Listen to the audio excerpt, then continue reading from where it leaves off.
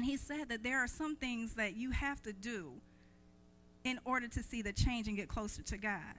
He said, number one, spiritual change confronts your past. And he said the past needs to be confessed, it needs to be forgiven, and it needs to be healed. And we need to alter our approach in worship to God. And this is when he talked about worship and how we worship. That worship, the word for worship is like kiss. It's an intimate term. It's an intimate term to know God intimately.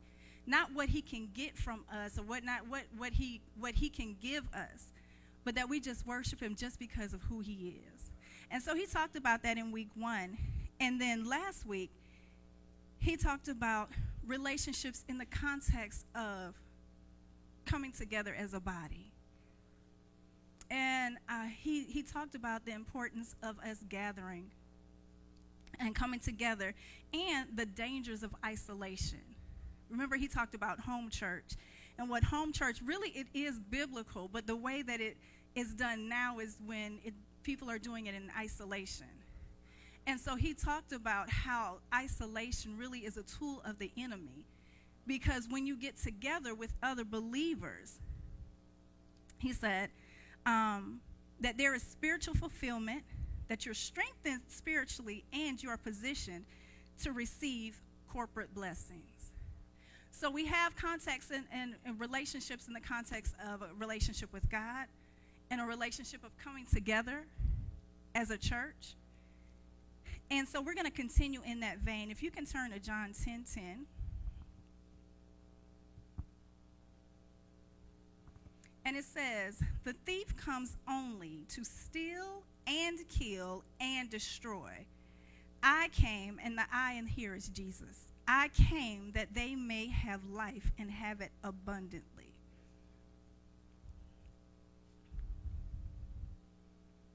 So this is a picture of Death Valley in California.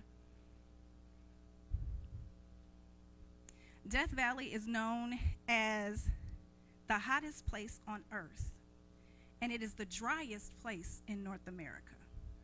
There is no life, there is no vegetation. Thank you, sir. Thank you. It's amazing how thirsty you get. But this is Death Valley. So even after you give your life to God, it's very possible that you can feel like this. That God, I made the decision to follow you, but this still looks like my life I don't have the fruit. I don't have what I've been praying for things and they haven't come to fruition. I've been believing to let go of this hurt, but every now and then it still pokes its head up. And so a lot of times we can feel like this. But what happens every now and then, this is also Death Valley.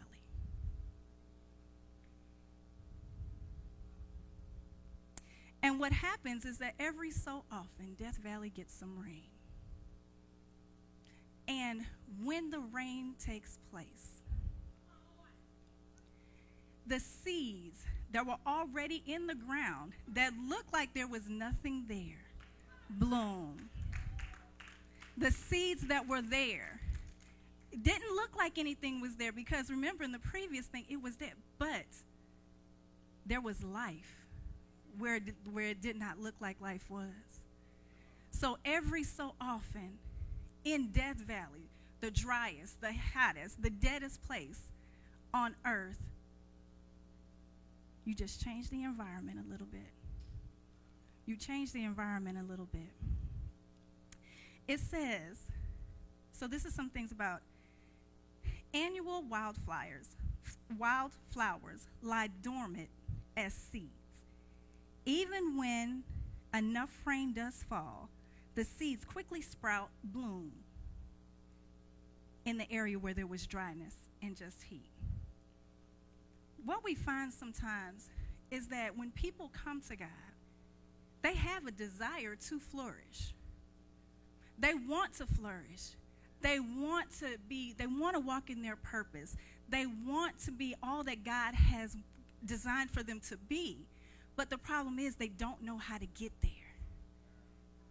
they don't know how to get there. They don't know how to go from the dry place to a place in full bloom. So Psalm 16:11 says, "You make known to me the path of life. In your presence there is fullness of joy. At your right hand are pleasures forevermore." So God actually provides for us a path of fulfillment. And it's for us to get into his word and see what that path is. How do we get from the dry place to the fruitful? So here's the process. Because God wouldn't say that you can have abundant life and not show you how. God would not say that you can be, and I have this great destiny for you, I have put these things in for you, and not give you a way how to get there.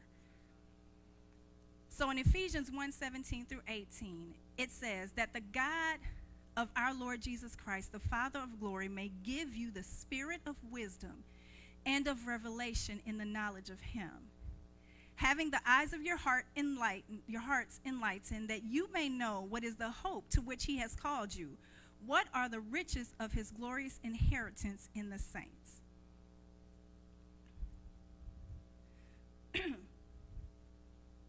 So let's talk about the vision of EMCC. And I'm going to get Sister Wendy and Sister Shana for taking my sermon. Y'all done got up here. But let's talk about the vision. So the vision of EMCC, number one, is that everyone in here that calls himself a member, number one, knows God. That we know God. And this is in Ephesians when he talks about give you a spirit of wisdom and revelation in the knowledge of him. In there, when they talk about knowledge or to know God, the term is gnosko. And just like Pastor talked about how worship is intimate, gnosko means to know him intimately. To know him intimately. And it's the same word that he actually used that, when Jesus says people come to him, saints come to him, and at the end, and they were saying, but God, I prophesied in your name. I did all these works in your name. I healed in your name. I cast out, devils in your name. I did all of this in your name. But God says, you never gnoskoed me. You didn't know me. There was no intimate relationship. You did all of these things for people. You did all of these things to be seen, but did you know me? I never knew you. So that's the kind of know. So the first thing we want to do is that we want to know who God is. And Pastor covered that in the first week. The second thing that we need to do, and it's our vision, is to find freedom. In verse 18 of that same Ephesians 1, it says that the eyes of your heart to be enlightened. This is where your perspective changes as you start to view your past through a different lens. Whom the Son set free is free indeed. Now let me tell you a story, and I think Pastor and them have a similar story about Greg Jr. But I took my son. I don't have a $5 deal with Tafari. So I took my son to go and get his eyes checked. And when he went to go and get his eyes checked, I'm sitting, now I have glasses, so I'm sitting there, and, they have him propped up, and he has, one eye covered, and they're flicking the things, and they're like, okay, read line 1, and he's like, and she's like, okay, it's 1 or 2 better. He was like, and so I'm like, oh my gosh. Okay, maybe, let me see. Let me just hold on. So then she switches to the other eye. She's like, can you read the first line? He's like, can you read the second line? I'm like, my baby can't see. I was like, oh my goodness, I felt so bad because my baby, I don't know what he's been singing.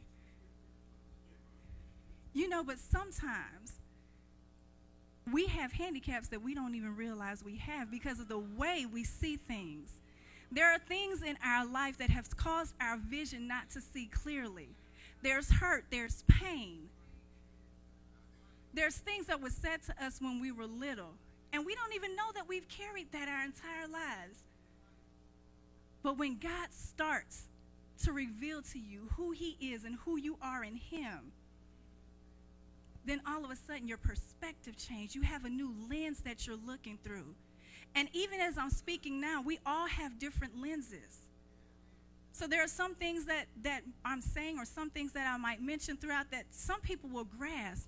And they'll be like, yeah, this is me. That's because your lens. But don't you know God is the perfect corrector?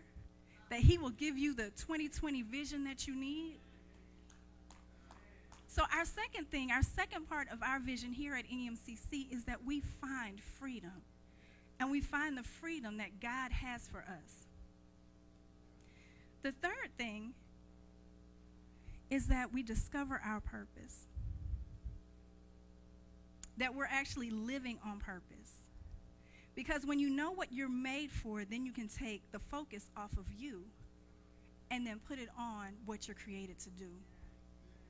And as I was thinking about, discovering your purpose, one of the things that God laid on my heart, he was like, don't get your assignment and your purpose mixed up.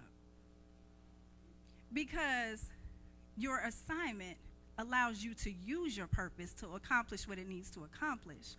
But your purpose you carry with you. So he brought to mind one of the gifts, and if you have not gone through the growth track, you really do need to go through the growth track, because it will have you identify your one of my gifts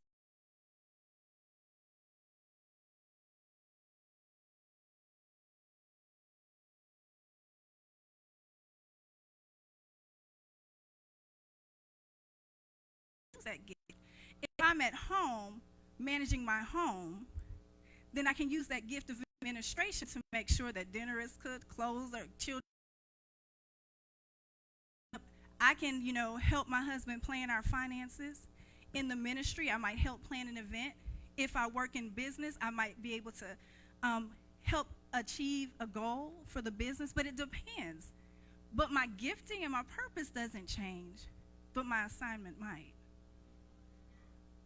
If you're gifted to be a mother, don't you know that assignment looks a little different as your children begin to grow. I don't have to do the same things that when I first brought them home that I have to do now. And eventually they will get out of the house and my mothering will look different. But my role, my purpose of being a mother doesn't change. It's just what it looks like in each season. And so one of the things that Pastor talked about, because he talked about purpose a little bit, and he would use the example of an ankle. And if you're not an ankle and you're not in place, then we can't run, and he hopped around. Well, the problem is that some of us don't even know if we're an ankle. We don't know if we're a foot.